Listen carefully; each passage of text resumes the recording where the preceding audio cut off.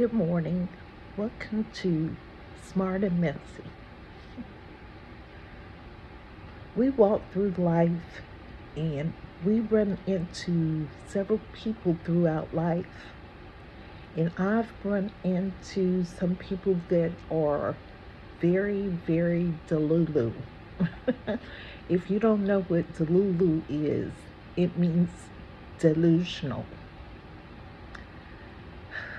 For example, there is this guy who has actually stalked me for now going on 7 years.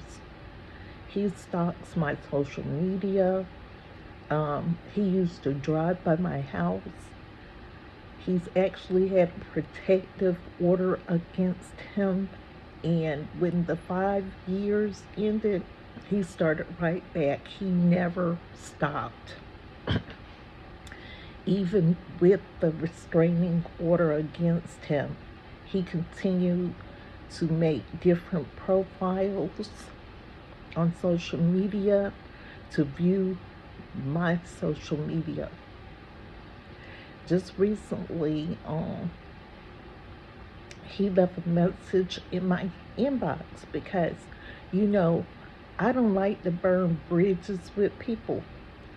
But this is the type person you can't even be nice to them, or they think that you want more than that exist. And if I just be nice to him, he automatically thinks that I want to be with him. And that is never the case. He left a message saying that he was better than any man I've ever dated or been with. He said, I'm better than them. And then he said, and because you won't be with me, you are nothing. You are a narcissist. I said, well, if I'm a narcissist and I am nothing, why are you constantly trying to get with me? Why is it? But there's no rationality. He doesn't rationalize like normal people. That's why I say women have to be careful, men have to be careful.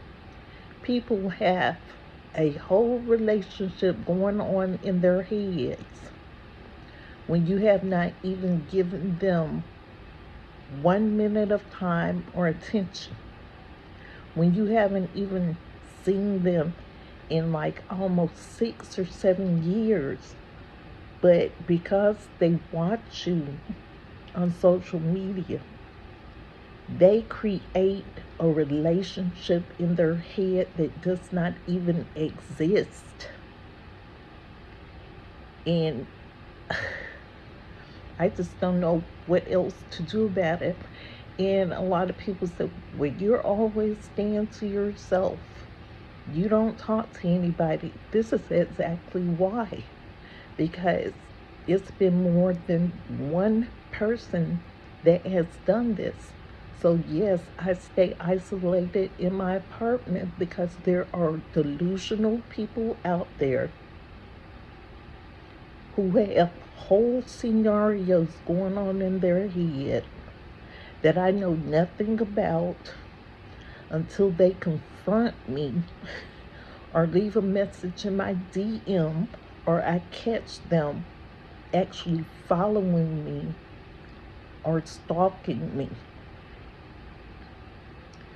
And it's a repetitive thing. Whereas I used to be a very nice, outgoing person, and I stopped being that. I turned into a mean, a very mean person. Because um, when I first moved to this town, I was very friendly. Just wave, hey, how you doing? Because that's how it was in the place that I grew up. And someone told me, say, you can't be friendly to some people, especially here, because they take it the wrong way. And sure enough, my nice, friendly self that I was, I'm not anymore. I could just be nice and say, hello, how you doing? And some of the males here just assume that you want to have a relationship with them. And I'm like, hey, I'm just being me. I'm not thinking about anything actual. I'm not. I'm actually an intellectual and I am a nerd. I very seldomly think along the lines that most of the people that I've met, men that I've met here, I don't think like that. My thoughts are usually in a creative type fashion of building things, creating things. I don't think along the lines of, hey, I'm finna get with you, I'm about to jump with you. My mind has never worked that way. And a lot of them mistake my kindness or my friendliness as wanting to be with them, and that is not the case. I'm just a conversationalist. I mean, I can sit and talk with a person. It doesn't mean that I want to be your girlfriend. You understand what I'm saying? I have even been stopped by females, and I don't even go that way. No, don't even have an interest in it. You understand? I am very comfortable in my own company. They'll see me out enjoying myself by myself and just assume that I need somebody with me, or they decide they want to put themselves in the picture with me, and I'm not interested in it. Just leave me alone. Let me enjoy doing what I'm doing. I don't mind eating alone. If I go out in a restaurant, I don't have to have a date. I don't have to be with somebody. I enjoy my own company. And some people cannot understand why I don't have to be around a bunch of people to have fun. And then when you keep to yourself, they think it's a problem. I'm like, bitch, just leave me alone. I'm happy. Let me enjoy the moment. Let me enjoy what God has put on this earth for me to see and to enjoy. I mean, I don't think Jesus had those type relationships or any of the prophets. I don't believe Mother Teresa had to have a man with her, because the Most High Spirit fulfilled her with everything that she needed. And humans, they're in that matrix system where they think that if they see a woman who may be attractive, smart, a good conversationalist, that she must need to be with somebody, or she must need to have somebody protect her. Just leave that woman alone. Let her enjoy and walk the path and the mission that God has put her on. And if God, the Most High, wants someone for her, He's going to put someone in her life for that purpose. But her purpose is greater than cardinal purposes that most people have in their mind. I am not here to be somebody's mate unless God approves it. I am not here to be your actual partner. You understand what I'm saying? And the person that I've been with for 6 years, we went through a whole spiritual ceremony to be together. It ain't like he just jumped into my life. No, there was a ceremony with witnesses, like a marriage. So I don't go around hooking up and jumping with people. And this person that's been stalking me for like years, he's angry at me.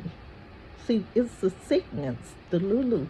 He's angry at me because I don't want to be with him. And I've explained in the kindest way that I possibly could that, hey, I'm not interested in you. Will you please leave me alone? And see, that's how a lot of people end up in prison.